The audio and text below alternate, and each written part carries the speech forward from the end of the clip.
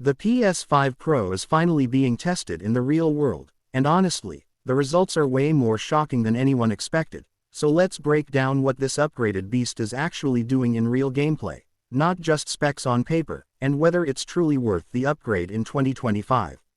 First thing that hit me right away is that the PS5 Pro feels like it's built to erase the performance limitations we've been living with on the base PS5, because when you see those frame rate jumps in action, it doesn't look subtle, it looks like a whole new console generation. In games that struggled to stay locked at 60 FPS before, we're now seeing them push into the 90 to 120 FPS range with noticeably smoother motion and almost zero frame dips, and even if a game doesn't hit those numbers, the stability alone feels like a massive upgrade. The biggest flex here is the new graphics mode, because this is where the PS5 Pro shows what its new architecture can really do, especially with the updated ray tracing cores that finally make ray tracing playable instead of just pretty but choppy. In real-world tests, reflections, shadows, and lighting look cleaner, sharper, and more stable, and for the first time, you can actually use ray tracing without sacrificing smooth gameplay. But what surprised me more than graphics was how the PS5 Pro handled resolution scaling, because Sony's new upscaling tech is doing something wild. It's making 4K look sharper than native 4K on the old PS5. That means details in the environment, character textures, and even distant objects look way clearer and way more defined, and this is something you instantly notice even on a mid-range TV.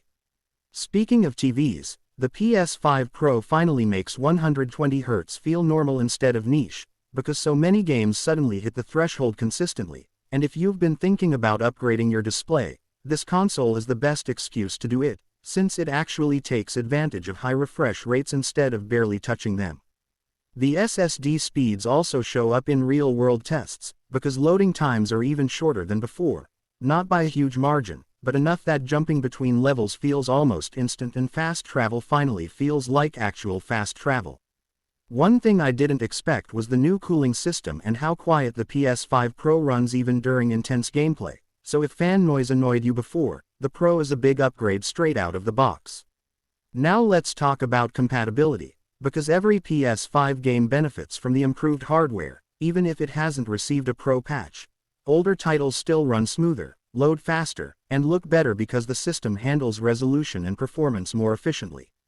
But of course, the real magic happens in games that have dedicated PS5 Pro modes, where you see massive FPS improvements, better upscaling, and cleaner ray-traced scenes.